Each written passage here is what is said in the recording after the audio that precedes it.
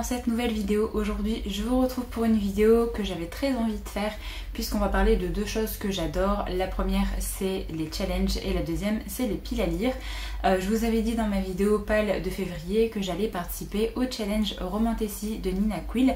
J'attendais juste de savoir un petit peu si elle voulait changer des catégories pour cette année ou pas. Je me suis dit que ce serait plutôt chouette de vous présenter un petit peu ma pile à lire et comme ça si jamais vous connaissez pas ce challenge, vous aurez le temps avant le début en fait d'aller voir un petit peu les vidéos de Nina Quill. Il y en a de l'année dernière et de l'année d'avant également. Elle avait fait des vidéos recommandations également pour certaines thématiques. Donc n'hésitez pas à vous renseigner un petit peu si jamais vous voulez participer à ce challenge. Je mettrai le lien de sa chaîne dans la barre d'infos comme d'habitude. Et je crois que c'est tout. Ah oui, c'est un challenge qui se déroule sur 2 mois. Donc ma palle que je vous ai présentée pour le mois de février, elle compte encore parce que je vais encore continuer à la lire jusqu'à la fin février. Mais je vais également commencer ce challenge puisqu'il se déroule du 15 février au 15 avril. Donc ça fait 2 mois pour essayer de lire un maximum de livres de Romantasy. La Romantasy, si jamais vous ne connaissez pas, c'est lire des livres où il y a de la romance dans un univers imaginaire, donc dans un univers de fantasy. Fantastique aussi, je crois que c'est vraiment un terme large. Donc voilà, c'est assez basique comme challenge, mais elle a rajouté également plusieurs catégories. Je me suis noté ça pour essayer de remplir un petit peu chaque catégorie et du coup je vais vous présenter, je pense que je vais vous présenter directement les titres et je vous dirai dans quelle catégorie je les ai classés, comme ça ce sera beaucoup plus simple. Alors je vais commencer avec les livres que je n'ai pas en ma possession. Il y en a certains que je vais lire en e-book, il y en a d'autres que je pense que je vais me procurer assez rapidement. J'avais très envie de continuer la trilogie Witch and God, j'avais lu le premier tome l'année dernière. C'était assez sympathique, c'est de la romance avec de la mythologie grecque et là je voudrais lire le tome 2 pour la catégorie Enemies to Lovers puisque je pense que ça va clairement s'y prêter au niveau de ce titre là. Alors il me semble que dans ce tome 2 on va suivre Circé, si j'ai pas de bêtises, et je sais plus vraiment le nom du dieu qu'on va suivre, mais je pense que ça va clairement être un Enemies to Lovers. Donc ça va s'y prêter et j'ai plutôt hâte de continuer ma lecture. C'était pas une lecture extraordinaire pour le premier tome, mais j'avais quand même bien aimé. Et j'aime bien tout ce qui se base sur la mythologie grecque. Donc voilà, je me suis dit que j'allais continuer un petit peu cette trilogie. Alors ensuite j'ai très envie de me procurer je pense le tome 2 de Crescent City.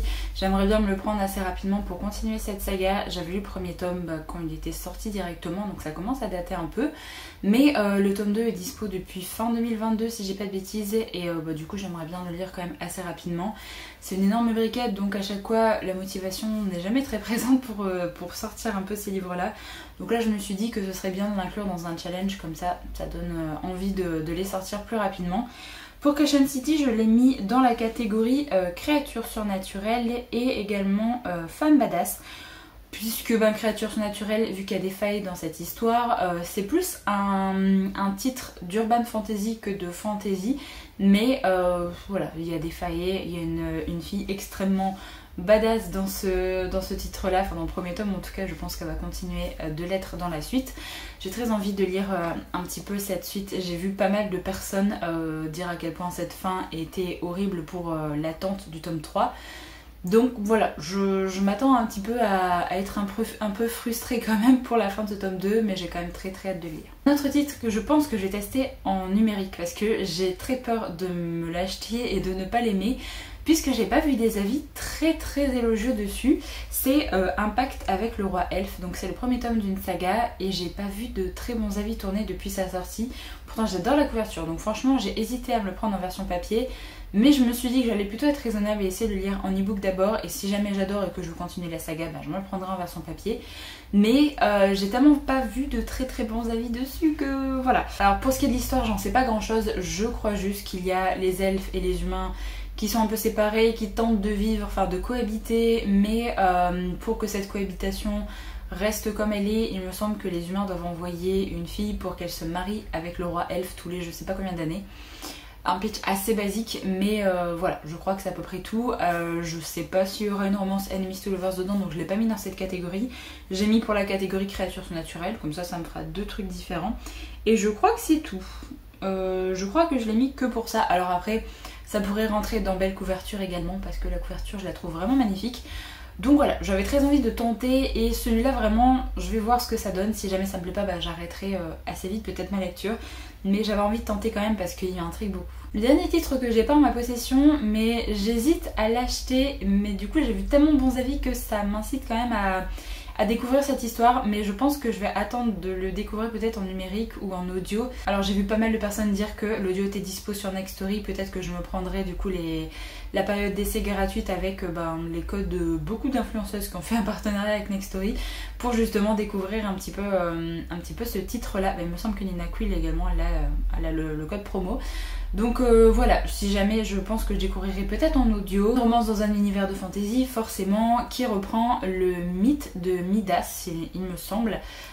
J'en sais pas plus, franchement j'en sais pas plus, j'ai pas relu le résumé, mais j'ai vraiment passé de très bons avis et des personnes dire que si jamais on avait aimé ACOTAR et compagnie, qu'on allait potentiellement adorer ce livre là. Donc à voir, je suis très très curieuse de découvrir un peu ce titre parce que j'ai vu vraiment de bons avis. Alors après c'est une saga en 4 ou 5 tomes, je sais pas si on suit encore les mêmes persos ou si c'est une de ces sagas où on va suivre d'autres persos à chaque fois.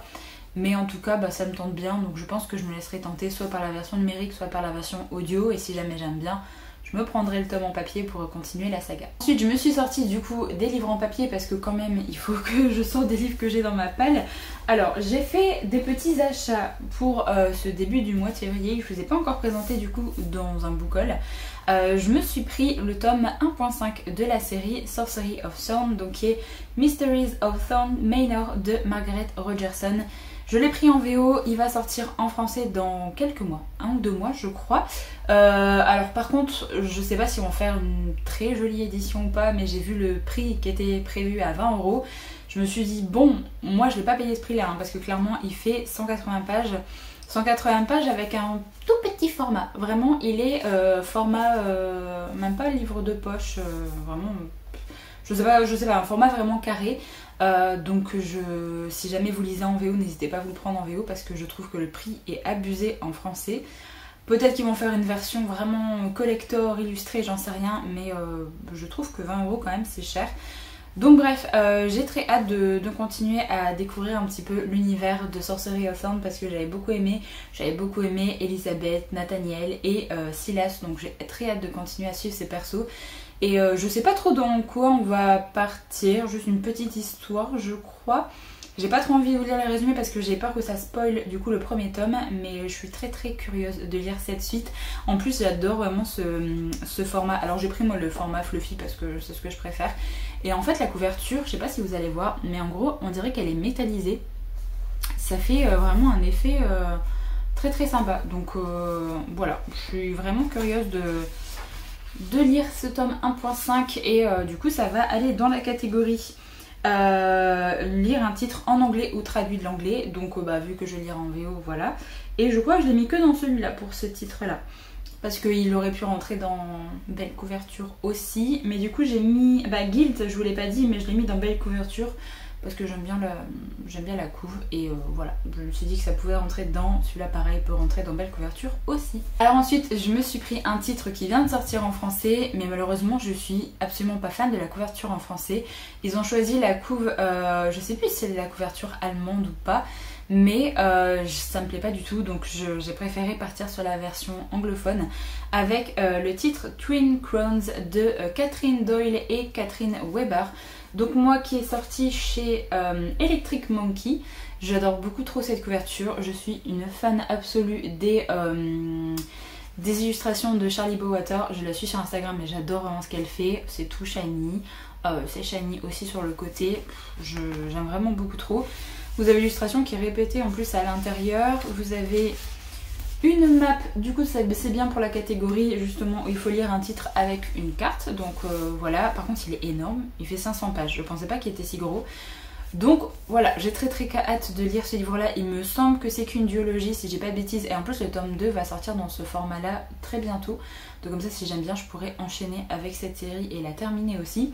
Tout ce que je sais c'est qu'on va suivre deux sœurs. On nous dit Two Sisters, One Crown, donc deux sœurs, une couronne. On va suivre la princesse Rose Valart qui est héritière du trône de Ina. Et elle est entraînée depuis son enfance à combattre les sorcières qui ont tué ses parents. Et en fait elle doit tout faire pour défendre son royaume. On suivre également Ren Greenrock qui est la sœur secrète de justement Rose et que personne ne connaît apparemment. Et en gros elle veut usurper le trône de la princesse et défendre les sorcières. Voilà, je sais pas pourquoi elle veut défendre les sorcières si jamais ils ont tué ses parents aussi.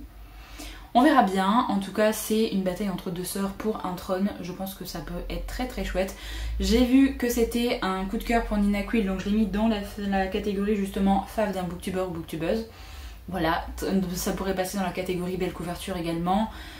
Je crois que ça pourrait passer également dans la catégorie LGBTQIA+, il me semble, parce que je crois qu'il y a une relation entre deux personnages.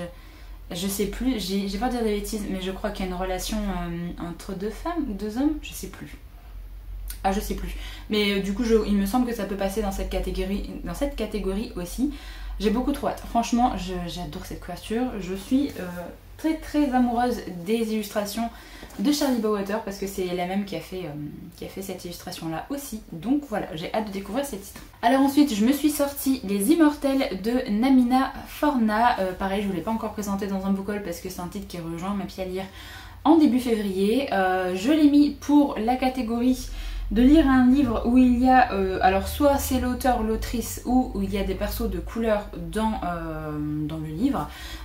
Du coup les deux correspondent puisque on va suivre une jeune femme qui est, il me semble, noire et qui y a également une autrice noire. Donc voilà, ça rentre pour les deux catégories. J'ai un petit peu galéré à trouver un titre où il y avait de la romantécie un petit peu, où il y avait un personnage de couleur. Parce qu'à chaque fois c'est des personnages secondaires et j'avais pas trop envie de partir dans des personnages secondaires comme ça, je voulais vraiment un perso principal. J'ai beaucoup de titres qui pourraient rentrer avec la romance mais avec du contemporain, mais pas du tout dans un univers de fantasy. Les seuls que je pensais c'était par exemple Legendborn, mais je l'ai déjà lu, avec également le titre qui est sorti chez Desaxus aussi que j'ai lu, je sais plus comment il s'appelle, Le Chant des Sans Repos. Enfin bref, à chaque fois que je pensais à un titre, je l'avais déjà lu, ou alors c'était juste du contemporain, c'était pas de la fantasy. Mais là du coup, j'ai regardé sur internet et apparemment il y a justement de la romance. Donc voilà, on nous dit qu'il y a vraiment de la romance dans ce titre là. C'est un premier tome de trilogie apparemment, j'en ai entendu de très très très bons avis. On va suivre Deka qui a 16 ans et qui vit dans un royaume où le destin de chaque femme est déterminé dès l'adolescence par la couleur de leur sang lors du rituel de pureté. Si les rouges, elles seront intégrées dans la société et si les dorées, elles seront considérées comme des démons. Malheureusement, celui de Deka a la mauvaise teinte et elle est promise à un sort pire que la mort.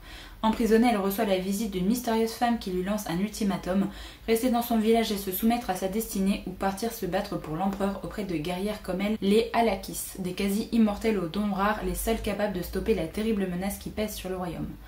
Voilà, je vais m'arrêter là pour résumer parce qu'il est encore long et je trouve que ça en dit déjà pas mal. J'ai beaucoup trop hâte de savoir un petit peu quel genre de guerrière ça va être, quel genre de dons elles vont avoir et un petit peu la situation un petit peu politique qui est avec l'empereur du coup. Donc j'ai vraiment trop hâte de lire et en plus comme il y a de la romance, eh bien, je vais pouvoir le lire pour ce challenge, donc ça c'est plutôt chouette. Ensuite j'ai décidé de terminer une trilogie avec La Reine sans Royaume de Holly Black, donc ça va me terminer la trilogie du Prince Cruel. Ce serait une bonne chose de fait, j'aurais lu les 3 tomes, la nouvelle, il me restera plus que le petit spin-off sur Prince Cardan à lire. On verra si jamais je lis ou pas ce petit spin-off, mais j'ai très hâte de terminer cette trilogie. Je sais pas trop à quoi m'attendre pour ce tome là, mais du coup je l'ai mis pour les catégories belle couverture, pour les catégories LGBTQIA+, aussi, vu qu'on a une relation entre deux femmes qui sont plus des persos secondaires, mais c'est quand même des persos importants. Donc voilà, je me suis dit que ça pouvait rentrer dans plein de catégories. Je crois que je l'ai mis que dans ça, si je dis pas de bêtises. Ouais, je crois que je l'ai mis dans Et Femme Badass aussi, vu que le personnage de Jude, bon bah c'est quand même bien se défendre, c'est bien se battre. Ça va rentrer également dans cette catégorie, donc j'ai très hâte de terminer cette trilogie qui est loin d'être une trilogie coup de cœur. Je comprends pas vraiment tous les énormes coups de cœur qu'il y a pu y avoir sur cette saga, mais bon, ça se lit mieux avec le tome 2. J'ai lu le tome 2 récemment et c'était beaucoup plus facile à lire que le premier tome parce que, comme je vous l'avais dit dans mon avis, moi le côté harcèlement ça m'avait vraiment déplu dans le premier tome, donc là ça s'améliorait dans le tome 2, on verra bien comment ça se termine pour cette série. Et il y a également une série spin-off qui est en train de sortir en VO, donc comme ça je me dis je pourrais au moins tenter cette trilogie spin-off aussi avec The Stolen Hair, je crois, si j'ai pas de bêtises. Donc voilà, on verra bien ce que ça donne avec cette fin de trilogie, mais en tout cas je croise les doigts pour que ça se termine quand même bien. Et enfin j'ai décidé également de mettre Gideon la 9ème de Tamsyn Muir parce que j'ai très envie de le sortir de ma palle. J'ai eu pas mal de personnes le lire en ce moment, du coup ça m'a donné très envie de lire ce livre là. Alors je sais juste pas s'il y a vraiment une romance dans ce titre là, donc si jamais vous l'avez lu n'hésitez pas à me dire. Mais je voulais le mettre dans la catégorie LGBTQIA+, vu qu'on nous dit que c'est des nécromanciennes lesbiennes explorent un palais hanté dans l'espace. Donc il y a de la représentation dans ce titre-là. Je pense que je pourrais le mettre également dans Femme Badass, au vu de ce qu'on nous dit par rapport aux nécromanciennes. Voilà, j'en sais pas plus, mais j'ai très hâte de découvrir cette série. J'ai très envie de me lancer dedans sans rien en savoir. Il est pas très long, il fait 488 pages et j'ai vraiment vu de bons avis dessus, donc... faut que je le sorte de ma palle et en tout cas il me tente vraiment bien, donc n'hésitez pas à me dire si jamais il y a de la romance dedans pour savoir si je peux l'inclure dans ce challenge ou pas. Si jamais il n'y en a pas, ben je le lirai, je le mettrai juste pas dans ce challenge, mais j'ai bien envie de l'inclure également dedans. Donc voilà un petit peu pour cette sélection pour le challenge de Romantasy. Alors il y a juste pour la catégorie graphique, je sais pas du tout quoi lire en graphique où c'est vraiment de la Romantasy. Parce que j'ai des titres qui auraient pu correspondre, mais du coup j'ai plus de tomes disponibles pour l'instant.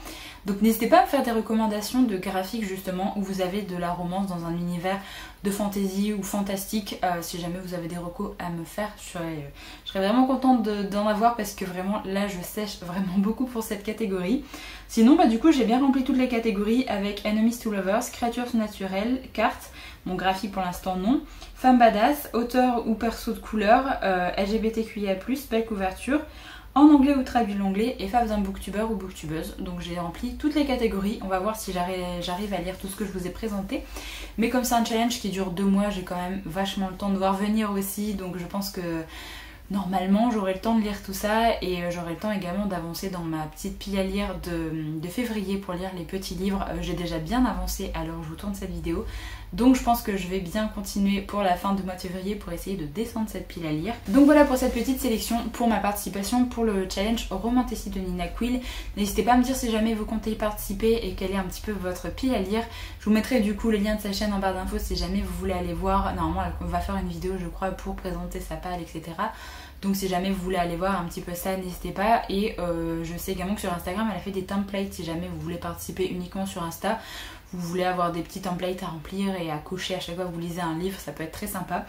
Donc voilà pour cette petite vidéo. Je sais que ça fait une deuxième vidéo pile à lire en très peu de temps, mais en même temps je vous avais prévenu dans l'autre que j'allais participer à ce challenge. Et comme c'est un challenge qui dure 2 mois et que c'est vraiment... c'est assez long je trouve, du coup j'ai quand même de quoi faire avec une autre petite palle pour février, donc je m'en sors très très bien au niveau organisation. Voilà pour cette vidéo, je vous remercie du coup de l'avoir regardée. N'hésitez pas à me dire si jamais vous avez lu un des romans que j'ai présenté dans la vidéo et ce que vous en avez pensé. Moi je vous retrouve très bientôt dans une prochaine, donc en attendant prenez soin de vous.